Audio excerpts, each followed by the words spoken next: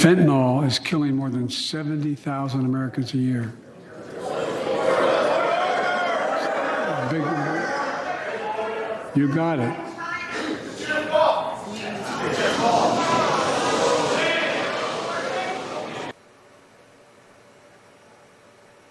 They were right to boo him. Why? Because A, it's not 70,000, it's more than 100, and they're dying because of him and his border policies. You just look at the headlines, absolutely shocking. Not just the crime rates, but the death rates, the overdoses, the numbers coming across our border illegally. What can be done about it? Let's talk to a man who was responsible for that border.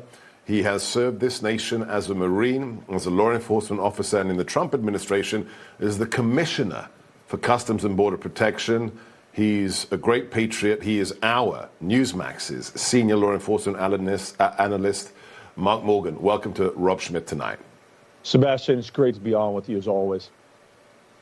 Now, I always worry bringing you on the show because I trigger you because we discuss the situation at the border. You get angry and you get righteously indignant. Can I share with you something, as a former Marine, I want to share with you something that I drew up for my show, the Gorka Reality Check, that's on Newsmax every Sunday. Just the back of the envelope figures for every combat fatality since World War II. So Korea, Vietnam, the global war on terror, so that's Afghanistan and Iraq, together since 1950, Mark, have resulted in the deaths of 103,000 U.S. soldiers, Marine, Airmen, Coast Guards, you name it. 103,000 in 70 years. Fentanyl killed more in 1 year. Last year, 110,000. Mark Morgan, Commissioner Morgan, who's responsible for those deaths? Right now, this administration. And that's why I've heard from the State of the Union address that it looked like more like the House of Commons. Good.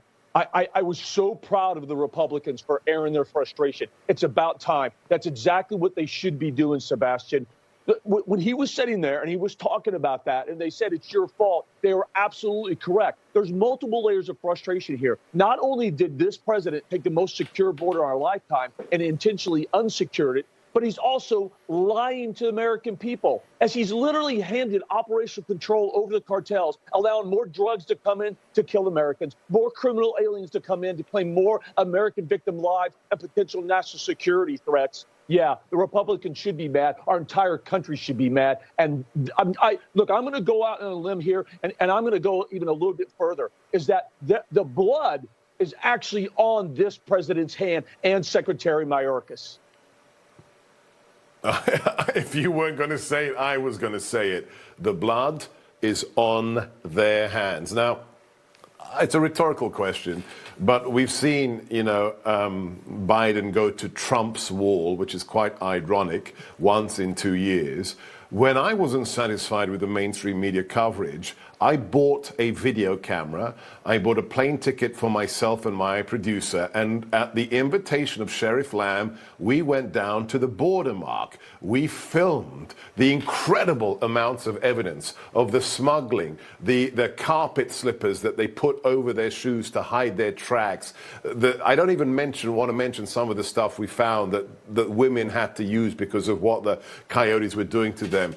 Mark, if I can go to the border, spend my own money to have a look at it, why don't the Democrats go and have a look at the border? Don't they care? No, they don't care. And this isn't easy for me to say, but there is no other conclusion that you can draw after 2 years of them literally unsecuring our border intentionally and jeopardizing every aspect of our nation's safety, health, and national security. You can draw no other conclusion that they are intentionally doing this because they see a perceived political benefit. And it's really on two fronts, Sebastian. And you and I have talked about this before. One, illegal aliens are counted as part of the census. So they see a real perceived redistricting of the House seats. And the second, they believe every single illegal alien they find a pathway to citizenship is going to equate to a Democratic vote. And the president said that in the State of the Union. His plan is not to secure the border. And he said it out loud. He said the quiet part out loud. It's about amnesty. That's his plan. It's not to secure the border. It's to give millions of illegal aliens amnesty. That's not a plan. That's a plan to continue the chaos on our southwest border. The fentanyl deaths, the women, the young girls raped, doesn't matter because they want more power and they want power in perpetuity. Thank you, Commissioner Morgan, for being a truth teller extraordinaire. Thanks, Dear Sebastian. friends, as you know, AT&T's DirecTV removed Newsmax from 13 million homes across America. It was utter censorship. RNC Chairwoman Rona McDaniel sounded the alarm again, urging Republican leaders to take up this grassroots movement that we are building.